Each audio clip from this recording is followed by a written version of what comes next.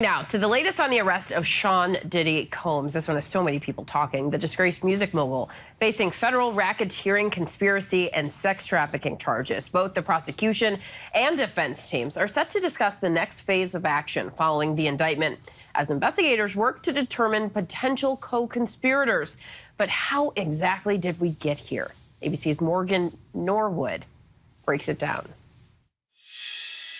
Who's the boss? Dudes is lost. Don't think cause I'm iced out, I'ma cool off. The sex trafficking case against Sean Diddy Combs moving full speed ahead. Lawyers for Combs and prosecutors set to hold a status conference to determine the next phase following the sweeping indictment alleging the music mogul leveraged his business empire, power, and prestige to abuse his alleged victims. He used his business and employees of that business and other close associates to get his way.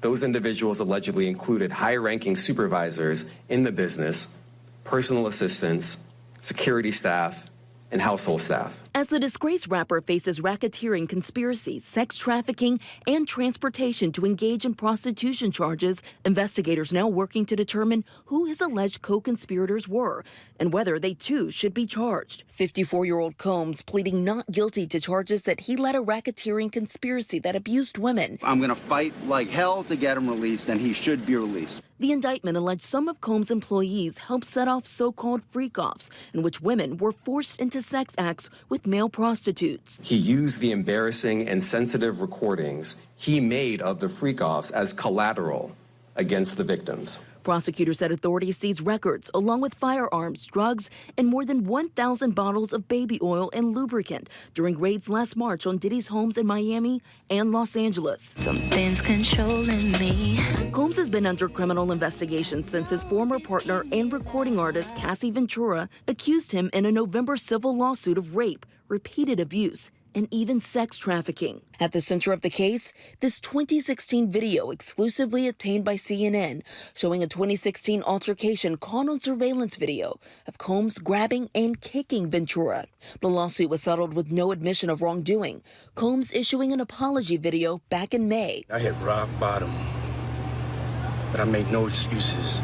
My behavior on that video is inexcusable.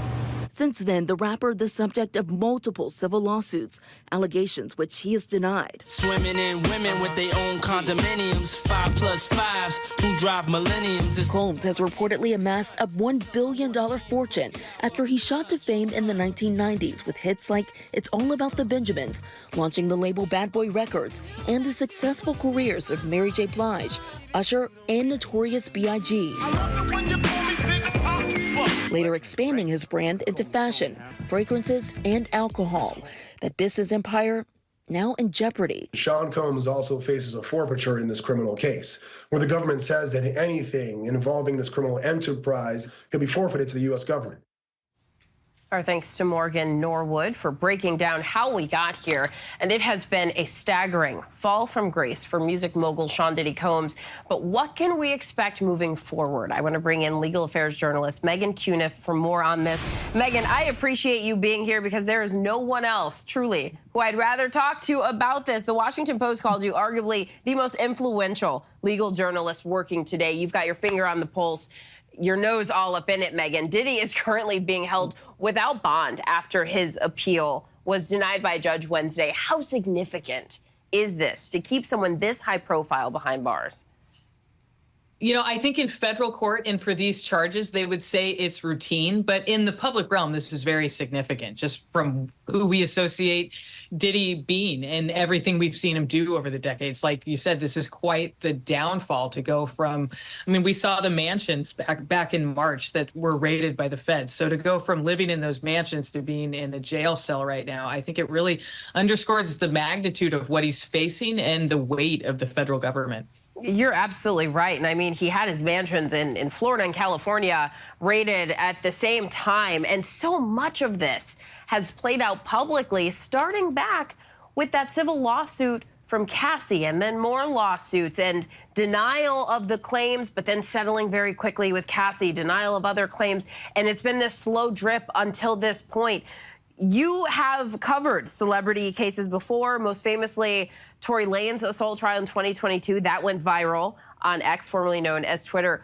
What do you think about the responses that people are having to Diddy's case and his reputation at this point? I think it's to be expected, just the shock of this and the questions about what is ahead of us. I mean, how long is he going to be in custody? Is this an R. Kelly situation? Is he going to not get out for a number of years? Is he going to end up serving a long-term prison sentence from this? Or does he have a chance of beating these charges at a trial that could come, within the next 2 years? I think there's a lot of questions about the timeline. And then, like it was said in the report before, the question of co-conspirators. Is he going to end up with co-defendants on this? And if he does, who are they going to be?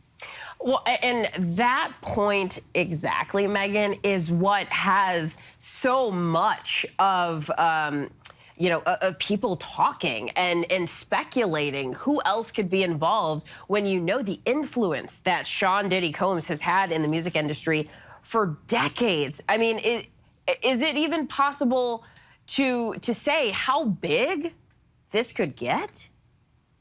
It's a question of that. But when you read through the indictment, it's pretty clear who could be indicted as a co-conspirator. Right now, there are people in the indictment who would be considered unnamed co-conspirators, but clearly have played a role in this conspiracy. And I think prosecutors have some big leverage on them because they're hoping that they testify against Diddy as prosecution witnesses.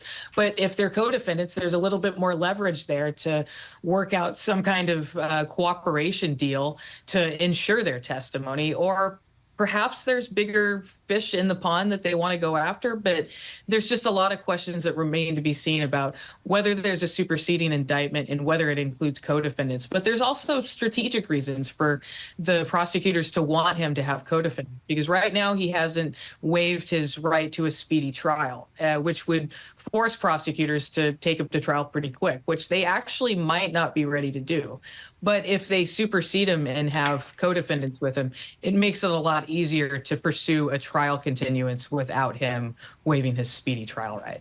This is all very interesting, and it means that we could see potentially more people charged. We just don't know yet where this will go.